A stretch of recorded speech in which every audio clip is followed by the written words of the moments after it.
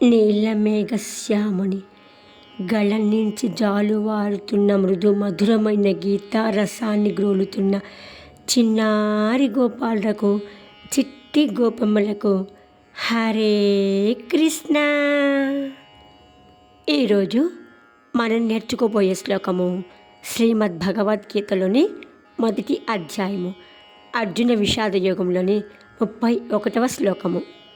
మనం ఈ శ్లోకంలోని అంతరార్థాన్ని ఒక చిన్న కథ ద్వారా తెలుసుకుందాం. సంజయుడు యుద్ధరంగంలో ఏమి జరుగుతుందో ధృతరాష్ట్ర మహారాజుకు తన దివ్య దృష్టితో చూసి ఇలా వివరిస్తున్నాడు.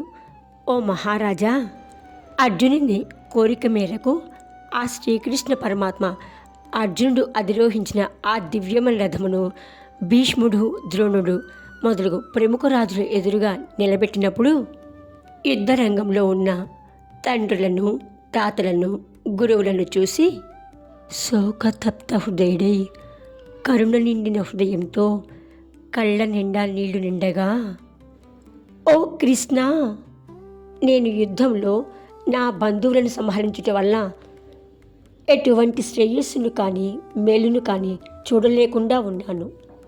నిమిత్తాన్ని చ పశ్యామి విపరీతాన్ని కేశవ. కృష్ణ, నాకు కనపడే సూచనలన్నీ కూడా విపరీతంగా అశుభంగా ఉన్నాయి. స్వజనులను చంపడం వల్ల మనకు శ్రేయస్సు కలగకపోగా దానివల్ల పాపం కలుగుతుంది అని అర్జునుడు ఆ శ్రీకృష్ణ పరమాత్మకు వివరిస్తున్నాడు. అర్జునుని యొక్క మనసు మానవుని సహజమైన దయ, మమకారంతో నిండిపోయింది.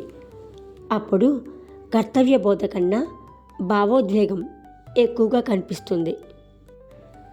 మన నిత్య జీవనంలో కూడా మనం సత్య మార్గంలో, ధర్మపదంలో పయనిస్తున్నప్పుడు బంధాలు, అనుబంధాల మధ్య మన హృదయము కర్తవ్యమా, బంధుత్వమా అనే భావోద్వేగానికి లోనవుతుంది. అప్పుడు మనం ఎటువంటి నిర్ణయాన్ని తీసుకోవాలో ఒక చిన్న కథ ద్వారా తెలుసుకుందాం.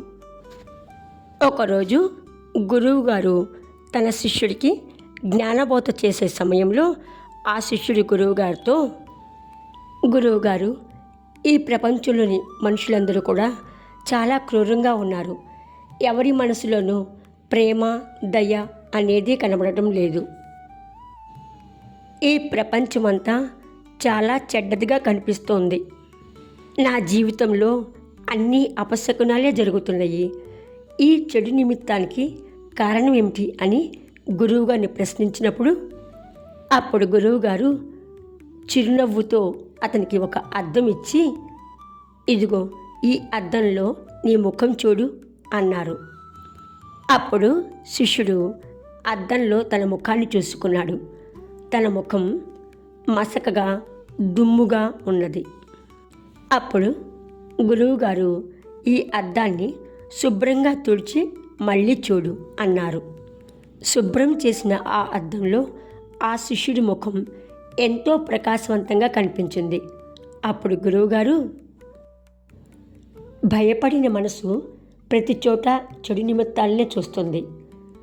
నిశ్చలమైన మనసు మాత్రం ధర్మాన్ని, ఆ భగవంతుడి సంకల్పాన్ని మాత్రమే చూస్తుంది. నీ మనసు మలినంగా, భయంతో, మోహంతో ఉంటే ఈ ప్రపంచం చెడుగా కనిపిస్తుంది. నీ మనసు శాంతంగా, ధర్మబుద్ధితో ఉంటే ఈ ప్రపంచం కూడా అంతా శుభంగా కనిపిస్తుంది. ఇక్కడ ఆ గురువుగారు ఆ శిష్యుడికి ఇలా జ్ఞానబోధ చేస్తున్నారు. ఇక్కడ అర్జునుని యొక్క మనస్సు కూడా కరుణతో, మమకారంతో, సంశయంతో నిండిపోయింది. అందుకే యుద్ధరంగంలోని ప్రతి దృశ్యము అతనికి విపరీత నిమిత్తంగా అనిపించింది. ఇప్పుడు శ్లోకాన్ని చక్కగా పాడుతూ నేర్చుకుందాం. నిమిత్తాన్ని చ పశ్యామి నిమిత్తాన్ని చ పశ్యామి విపరీతాన్ని కేశవ విపరీతాన్ని కేశవ న చ శ్రేయోనుపశ్యామి న చ శ్రేయోనుపశ్యామి హత్వా స్వజనమాహవే హత్వా స్వజనమాహవే నిమిత్తాని చ పశ్యామి విపరీతాని కేశవ న చ శ్రేయోనుపశ్యామి హత్వా స్వజనమాహవే. కేశవ, ఓ కృష్ణ, నిమిత్తాన్ని చ పశ్యామి విపరీతాన్ని. విపరీతాన్ని అంటే అనర్థ సూచకములైన నిమిత్తాన్ని చ శకునములను పశ్యామి చూచుచున్నాను. హత్వా స్వజనమాహవే, ఈ పదాన్ని విడదీస్తే హత్వా ప్లస్ స్వజనం ప్లస్ ఆహవే. ఆహవే అంటే యుద్ధమున, స్వజనం బంధువులను, హత్వా చంపి, నచ శ్రేయోనుపశ్యామి, ఈ పదాన్ని విడదీసి చదువుకోవాలి. నా ప్లస్ చ ప్లస్ శ్రేయ ప్లస్ అను ప్లస్ పశ్యామి.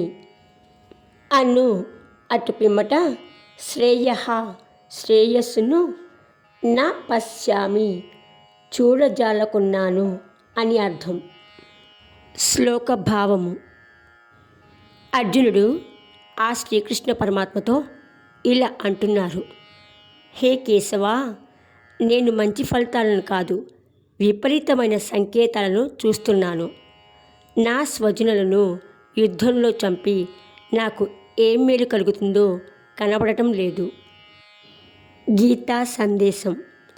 భయపడిన మనసు ప్రతి చోట చెడు నిమిత్తాలనే చూస్తుంది, కానీ నిశ్చలమైన మనసు మాత్రం ధర్మాన్ని, దేవుని సంకల్పాన్ని మాత్రమే చూస్తుంది.